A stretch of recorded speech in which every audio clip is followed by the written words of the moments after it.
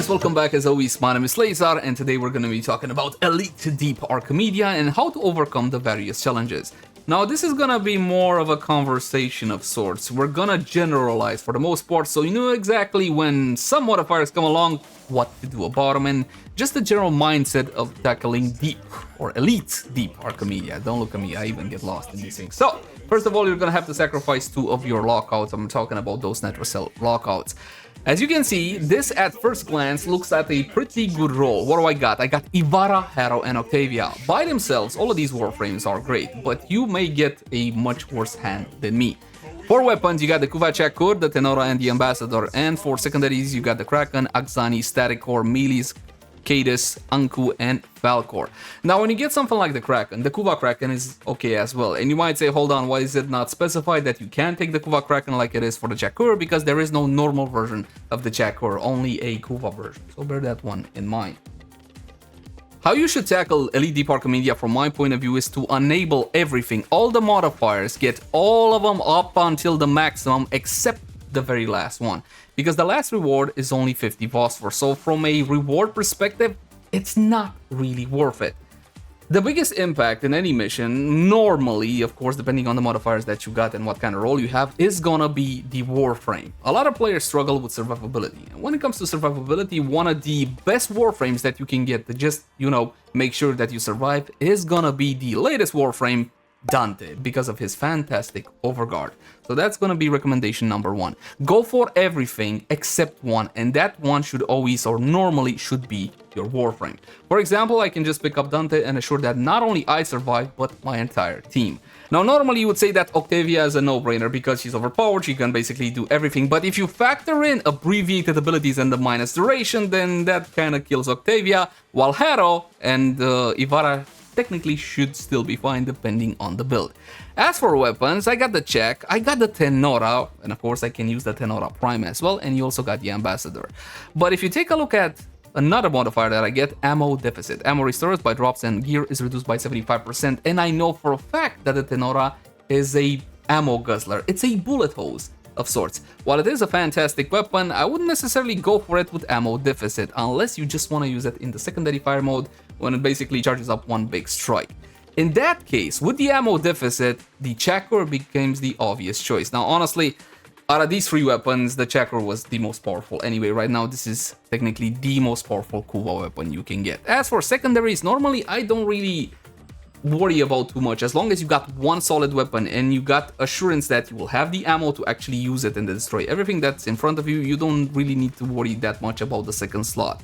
If that is a primary or a secondary, doesn't really matter all that much. As for melees, gentlemen, if you got something like Ammo Deficit, it might be a smart idea just to think about meleeing everything down. I'm not a melee guy, so I can't officially recommend it, but I can't exactly deny that that would be a smart idea. Fractured armor. Casting an ability reduces armor by 10% for 10 seconds. If you were planning on playing a Warframe that passively survives just because of armor alone, don't. I think that's pretty self-explained. Transference Distortion. Transference into Operator and Drifter is blocked. Now, this is a bigger problem than some might think, because essentially you no longer have access to any of the abilities from the Void Schools. Not only that, you also don't get access to the amps, and amps can be very powerful. By all intents and purposes, if your primary is garbage, if your secondary is garbage, if your Warframe is garbage and you don't want to sacrifice the Warframe slot, just go like one from the top, then in that case, you might want to rely on a couple of additional factors. The amp from your operator might be one of them. Unfortunately, we're not going to be able to go for this one. Another option is to see if you have your gear wheel enabled. Sometimes your gear wheel will be disabled because of all the modifiers, which of course you will enable. But if my gear wheel is not disabled, then I can call down from the sky a heavy weapon. And it's true, heavy weapons or arc guns, whatever you guys want to call it, still haven't been buffed enough, dear DE, to actually compete with incarnate primaries or secondaries or something of the sort. However, pulling out a big Mausolon built for radiation and corrosive still will have a large impact, especially if you go for something like a Wisp. Trust me, it's beautiful. Not only that, but if you have your gear wheel present, you also have access to Spectres. Spectres can be a lifesaver. For example, you can use a Dante Spectre for the Overguard. Survivability again for the entire party. Did you know that Spectres don't care about the minus ability duration that you get from this one? Did you know, huh? Did ya? I didn't. I found out about it like 10 minutes ago. So you can use something like a Dante Spectre, or perhaps you need some energy, Styanax Spectre, and so on and so forth. If you want some power strength, you can rely on something like a Nida Spectre. And I know that Spectres is a subject that I see that most Stano don't really like the idea of, but they can be a huge help in Deep Elite Archimedia. I don't know, but like Maximum Archimedia and whatnot. Now always keep in mind to actually hover over the missions that you're going to be doing, because these also have, or sometimes have, special modifiers. For example, you can get yourself a disruption, but all the enemies can attack the conduit. We didn't figure that out for like 20 minutes and we didn't understand why our conduits were exploding. The normal enemies could actually target them. So if you get something like that, leave 2 players to kill the whatchamacallit, what was it, the demolist, and 2 players or 1 player to actually defend the conduits. It's an option, or if you got a dedicated defense frame, you can do that a lot easier as well. For example, in Alchemy, you got Devil's Bargain. Allies within 4 meters of slain enemies gain 25% fire rate at the cost of minus 50% ammo efficiency. I mean, I'm already running an ammo deficit. And I know that you might be tempted just to like not read these, but it actually pays to take a look at all the modifiers that you have for your specific missions. So in my case, what exactly am I gonna be doing? Well, I always go for a support frame, and this is what I recommend for you fantastic people as well. If you're not gonna be doing things solo, if you do things solo, you know what you're doing already. However, if you're going public, I would recommend you prioritize something like a Dante first, then I'm talking about something like the Wisp or something like a Citrine. But considering the abbreviated abilities and that minus 75% duration, Citrine doesn't really work all that well. Wisp, however, still works because you can just stay within the ficus range, or what they call modes, yes, we just call them ficus, and you're good to go. But are these the type of missions that I need to move around a lot, and I will still need duration from Wisp? Mirror Defense, Alchemy, and Survival. For the most part, you can just stay within range of the modes and you should be fine. One modifier that I wanted to talk to you guys about because it gave me the most amount of trouble is Powerless. Now, Powerless doesn't let you use your Warframe abilities, none of them, until you get 50 kills. That means what exactly? That means you need to be capable of somewhat decently killing 50 enemies without relying on anything from your Warframe. And keep in mind, this is not just damage, it's also survivability. So when it comes to surviving, passive survivability frames such as, well, I guess I could name Inaros here, might not be the worst thing in the world, especially considering that he did get a rework and he's not like horrible anymore. So there you go. Now I want to take a minute and talk about weapon builds. What exactly should I build my weapon for? Keep in mind that on the horizon, in basically 10 days or so, we're gonna be getting that status rework. And if you don't know what I'm talking about and you need more details, link the cards right now. For now, however, if you're gonna go off to fight the Murmur, prioritize building Corrosive for the Necromex, and of course, Radiation for the actual Murmur. And speaking about Necromex, I forgot totally to tell you guys about Necromex. Necromex can be an absolutely huge asset and an ally when dealing with Deep Archimedea. At least if you have your gear wheel enabled, then you can call them down. If you don't have your gear wheel enabled, you can still summon the ones within the mission from the terminal. So yes, do not ignore your Necromex and build them appropriately. I don't really play a lot of Necromex though. Now, knowing what I know, I'm gonna be going for Wisp, and yes, the minus duration doesn't really help if you go outside of the range of the ficus, but if you just stay within range, you should be all good. In fact, you will be all good, and Wisp again does provide absolutely huge benefits to the party. Now, I'm gonna be going for the Kuva Chakor and the Kuva Kraken. As you can see, it is checked, so yes, you can use the Kuva version and whatever melee, because I'm not really planning on using it anyway. Another thing that I wanted to tackle, however, is your Sentinel. I didn't see any modifiers that prevents you from bringing a companion, and companions can be extremely powerful.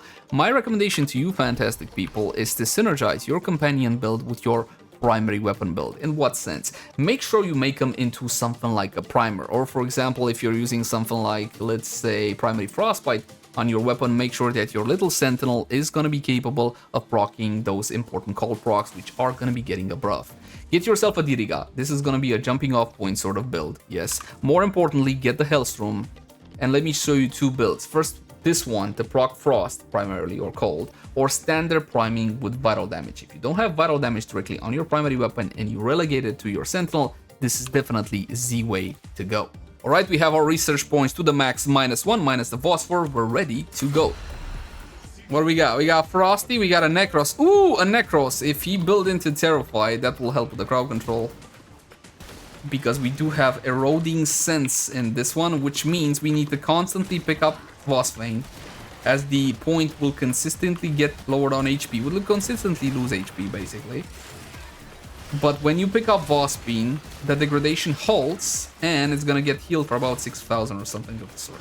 If you're just gonna go in gun-ho and not read about eroding sense and let enemies close and explode to the point, you will fail this mission. We found that out the hard way. Okay, very good job on the first one. 4 more to go, or 3 more to go. Do not forget to pick up Warframe as you go. Our operators are currently disabled, so you can't do the whole operator dash through the sky thing. You need to do the parkour Warframe thing. Yes, yes? So there's no Void Sling, which is still inferior to Void Dash. I just felt like I should point that one out. Frosty, no! Hold down the fort! Where's the bubble? What are you doing, Frost? I think he ran out of energy. Keep in mind, you can put down an energy pad. Yeah? The cooldown is a massive 3 minutes, but still, you can use pads. Do not ignore your pads. If you're in a... I was about to say a pickle. Or in a bubble, and you need to cast something right now, drop down that pad and cast. Easy. Who said this was hard? Oh, come on, melee duplicate, prick off. I mean, how do you even fail alchemy? I think everybody dies and that's it. That's a fail, right? Because otherwise I don't see it. See? Teleport. Chuck it in. Teleport back. Find another electricity. Teleport. Chuck it in. I got a system, boys! Faster to run. You need survival and CC just like you said, that's why. Yeah, I mean, Limbo, if it worked like the way I think it worked, Limbo essentially in that type of mission, in your mirror defense, with eroding sense or whatever the hell that modifier was called, Limbo would be like an MVP pick, as long as he can put the point into the other dimension. We are elite Archimedean. Elite deep, deep elite, elite very deep. I don't even know anymore. I don't know. I win! Ha! Ha ha! I win! I win! 30 seconds, gentlemen, for hello, Leecheximus. You have no arms, but you're full health. Interesting this game is. I am Wisp. I am cloaked. You cannot see me. Da da da da da da. If I get another fucking melee, I'm not...